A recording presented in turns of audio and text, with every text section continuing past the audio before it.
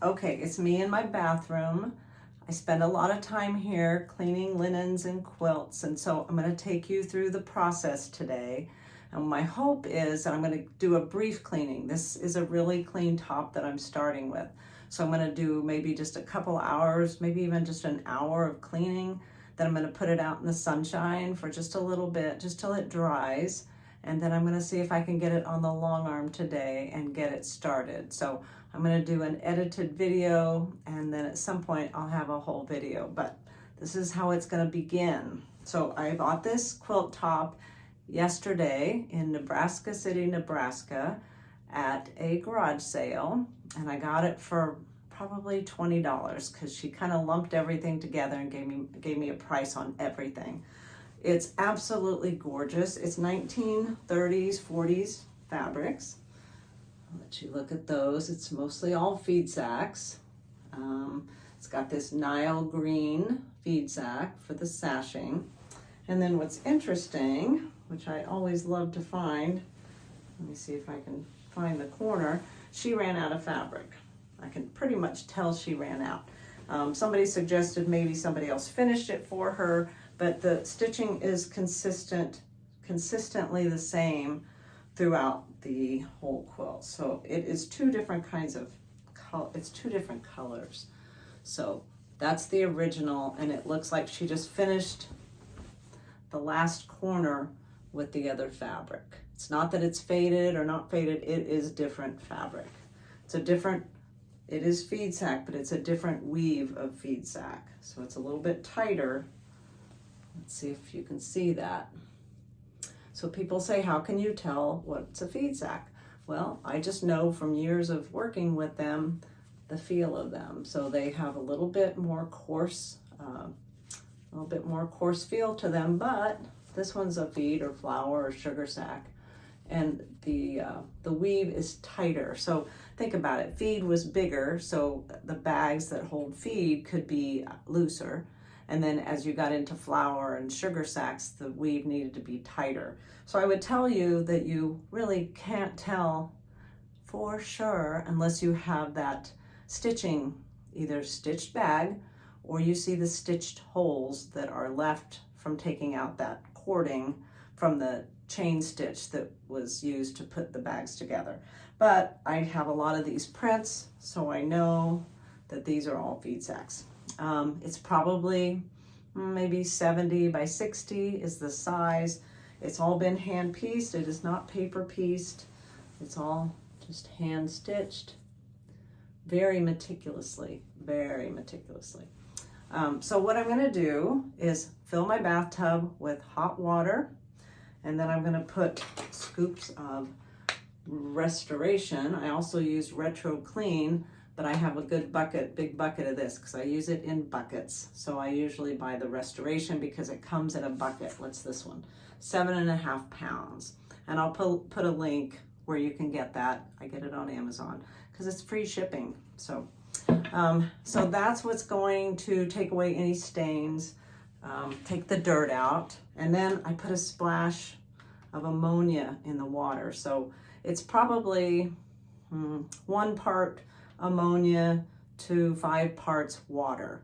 Just depends if there's a heavy smell or a scent, then I add a little bit more ammonia. But the ammonia will take away pretty much all smells. I've had every kind of smell. And the ammonia will take away smells. It will also kill mold and mildew. And for me, that's my problem, is the mildew, mold. And so I can tell this one because my throat's getting scratchy. Excuse me. I can tell this one has a little bit of mildew just from years of, being somewhere. It's probably, almost 100 years old. So to work on it, to put it on the long arm, I need to have this cleaned first, soaked. And so I'm soaking, I'm not washing. So this is going to sit in my bathtub and soak. So what I'm going to do is run the hot water, put the stopper in, put in my Restoration, my little bit of ammonia, and then I'm going to let it soak. And I'm going to watch that because I want to make sure it's not bleeding. And like I said, this is going to be a short soak. So we'll see. But I'm going to do this with you so you can just see my process. The water needs to be hot. If I was going to do a long soak, then I might put this in a tub, like a tub that I might be able to heat up the water. Sometimes you can put it out in the sunshine and let it just stay warm. If you're doing small amount of linens, you can put it in a glass bowl and then put it in the microwave every now and then. But you just do what you can do. So I'm going to start the water. It's going to be loud for a minute, but I just really want you to see the whole process. And I'm only going to put in maybe just this much. I'm just going to put in enough water to cover the quilt. So it's going to be loud. Sorry about that, but I want you to see all of it. So I already got the water hot, so it's hot. And while it's running, I'm going to add scoops of the, which Restoration and Retro Clean is called sodium perborate. So that's the chemical, sodium perborate. So any cleaner that has sodium perborate is an oxygenated cleaning method, and that will clean those vintage and fine linens. They will whiten them, brighten them, get stains out. This is just the best product I found. I know a lot of people like OxiClean, they like Blue Dawn soap. Use whatever method you like, but this is the one I use. So make sure your stopper's down. And you use about 4 tablespoons per gallon of water. So that soup is about 4 tablespoons, so I'm gonna do 1. I think it's going to take me about 4 to 6 gallons. So I'm going to do 2,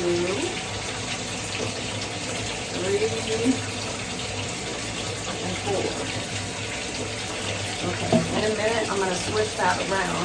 I have rubber gloves because it gets really hot, and we've got chemicals in there, so I want to cover my hands. All right, and how much ammonia? Just watch. It's just a 4. 4 of ammonia. Okay, I'm going to get them on a glove, and then I'm going to mix that around. It's going to dissolve before I put my top in.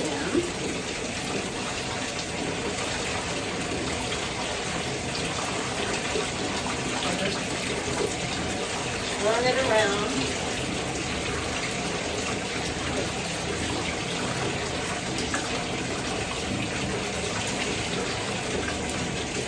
Give it another minute. Really just want about 4 or 5 gallons. Like I said, it doesn't have to be a lot, just enough to cover the quilt top.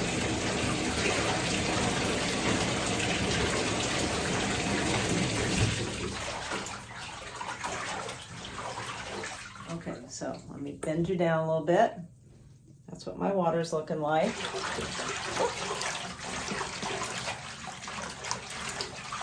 I'm just letting that dissolve. Set you down again.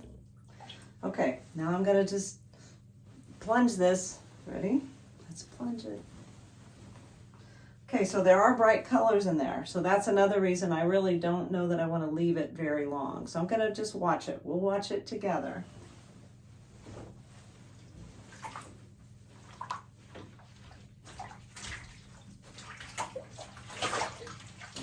That soaks up a lot of water, so that's what's going to make me decide if I want to put any more in.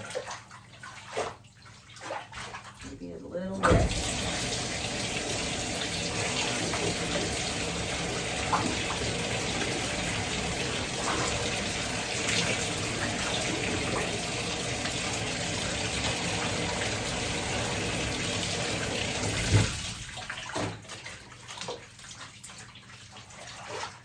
Okay. What I love about these cleaners and cleaning like this is you get instant satisfaction because this is already starting to turn brown. So let's look at that water. Okay, so that water is dirt. So that is dirt, and that's a good sign because if I saw red or green or black, that means the color from the fabrics are bleeding. Okay, so that I like. So let me put you back up again. I'll swish it around. And you don't want to agitate. You want to just gently press this around. Make sure all of it's being covered by water. All right. Let's look at it again. So you can see that I've just spread it out over the bathtub, and I've only got maybe 2 inches of water in there, and I'm gonna let that sit for about, let's say 10 minutes. So in 10 minutes, I'm gonna come back and I'm gonna look at it, see how it's doing. I feel like if I have it in there for an hour, that ammonia has worked to get the smell out. So I'm looking to get the worst of all of this dirt and smell out. And in an hour, the water will start to cool down, and the sodium perborate is only activated by hot water. So sometimes after a few hours, you can re-soak. If something's seriously dirty, you can re-soak, put in a new batch of water, sodium perborate, soak all over again. So like I said, this one's gonna be brief. I'll come back, I'll look at it, take a picture so you guys can see what it's looking like, and I'm hoping in an hour I'll take it out. So I'll come back and tell you where we're at in an hour. Okay, see you later, bye-bye.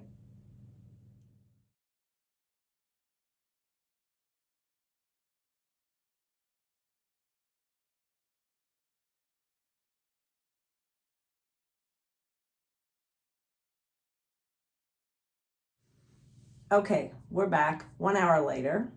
Let's see what it looks like. Okay, let's look at the water. Got a nice brown. That tells me it cleaned it pretty well. The water's warm now, it's not hot. Okay, so next, I'm gonna unplug the stopper. That's pretty exciting to watch. Water drain. Okay, so what I'm gonna do now, I'm gonna squish the water, the excess water out of the top, and I'm just gonna push, and squish the water out. Then I'm gonna fill the tub with water, clear water, and I'm just gonna rinse it. So I'm gonna smush it, let it, smush it around, let it rinse, drain. Then I'm gonna bring back water, let it rinse. So I'm just gonna rinse it really well. And again, I'm not agitating, I'm just squeezing out the water. Let's see what that looks like now. Okay, that's what it looks like. And I'm just gonna squeeze it, kind of like kneading bread.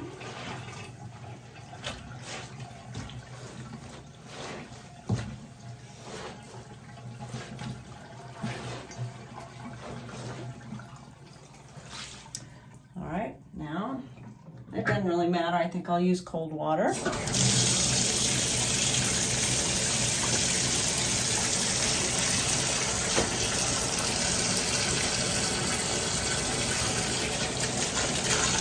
Okay, and again, I'm just gonna move it around, rinse it out, squish, rinse, squish, rinse.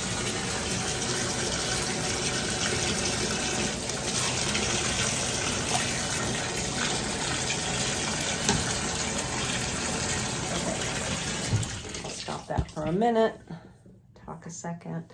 Okay, so I'm just gonna let that stay in the water a little bit, move it around. I'll probably do 2 or 3 rinses until I see the water run clear.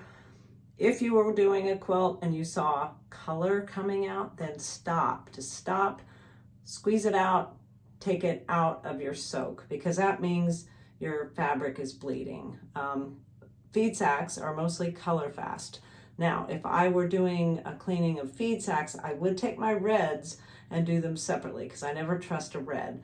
But overall, this top in particular did not have any bleeding fabrics that I see yet. Sometimes if you leave it in too long and you had maybe a red touch of white, you might see that little bit of a tint come onto that. So sometimes if you have a lot of colors, just do a really quick 1 hour rinse. If you have some dye, some bleeding, then you can use Blue Dawn soap in another rinse, and sometimes that'll bring the color bleed out of a spot. You can also use Synthropol that you can get at the grocery store in your laundry section. So that is a dye release, I think. Not quite sure what it is, but it works. So Blue Dawn soap can take something out, but you'd want to rinse it, or you'd want to clean it, soak it one more time. So I'm going to rinse this, then I'm going to squish all the water out of it, and then I'm gonna go lay it out on my grass because it's a sunny day. I'm gonna give it about 2 hours outside because sunshine and chlorophyll from grass will brighten and whiten anything. So I'm gonna just let it dry and then I'll bring it in. So I'll take some pictures in between there and you'll see what's happening, okay? All right.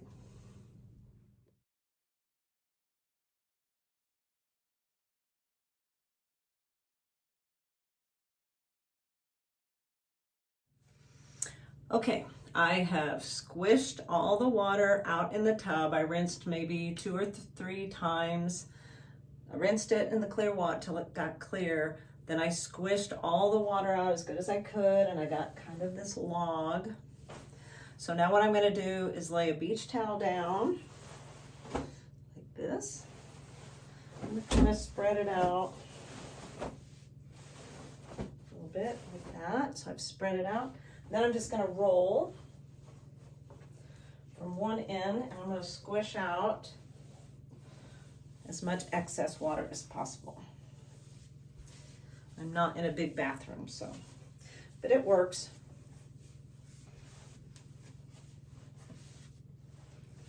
You see, I'm just rolling, squishing, rolling, squishing, rolling. And there you go, you've got a big old roll.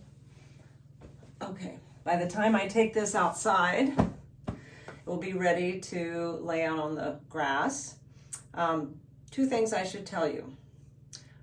If I had a quilt top that had split seams, so it wasn't maybe put together well, some of the seams are coming apart, I would fix those before I clean it because you're going to be handling it pretty hard.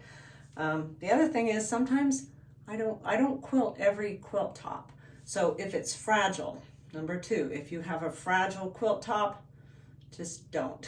Just, you know, I know everybody sometimes wants to get a top quilted, but they're not all meant to be quilted. So if it's really old, I kind of set my limit, anything before 1930s, I don't quilt. So early 1900s, late 1800s, they are just what they are. They're just too fragile to quilt, and they're too fragile to clean. Plus you're gonna lose colors, you're gonna have fabrics disintegrate in the water. Really, if you're gonna clean a top, quilt a top, it needs to be sturdy. So if I can't, you know, manhandle that quilt top, I'm probably not gonna quilt it. You know, a lot of tops can be made into other things. A lot of people are making jackets and clothing. You can make bags and, oh my gosh, there's just so many things.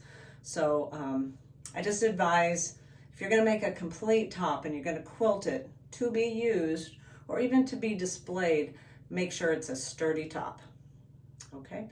All right, we're gonna take this outside, be ready to go, and I'm gonna take you to my yard and I'll show you what that looks like. Okay, I'll be back.